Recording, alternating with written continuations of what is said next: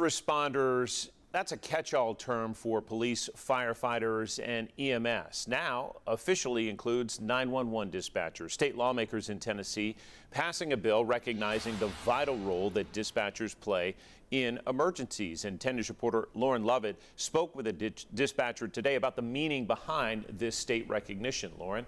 John, being a first responder doesn't just mean first on the scene. It means first to get information, first to hear the cries and the screams. Those calls take a toll. And now with the recognition as first responders, dispatchers can access mental health services once reserved for field responders. Every day there's a chance that I get to save someone's life. Tracy Carroll has worked for the Monroe County E911 since 2016. Over the years, she's answered over 20,000 calls. I always try to address every caller by their first name, because when someone's calling in distress, if you're yelling, ma'am, ma'am, they're not going to respond to that. Whereas if I were to say, Tracy, that's going to get their attention. Some of those calls have stuck with her. I told him he didn't have to speak to me, just know that I was there, and I would constantly just reassure him, help is on the way, and I'm here with you. And I actually heard him take his last breath.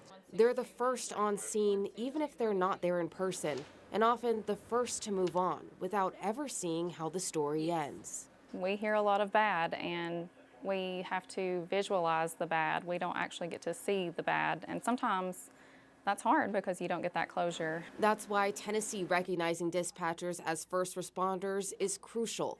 It gives them access to more mental health services dedicated to those who suffer from PTSD and to prevent it. There are days whenever I go home in silence. There are days when I want to hold my kids extra tight. There's days when I don't want to see or talk to anybody, just be alone.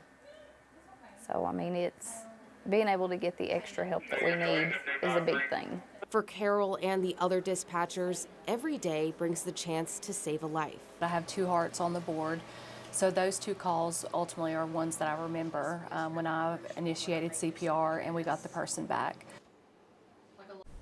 Carol says her servant's heart led her to this work, and she's going to continue as long as she can. John? They are so critical. Great to see that recognition. Lauren, we appreciate it.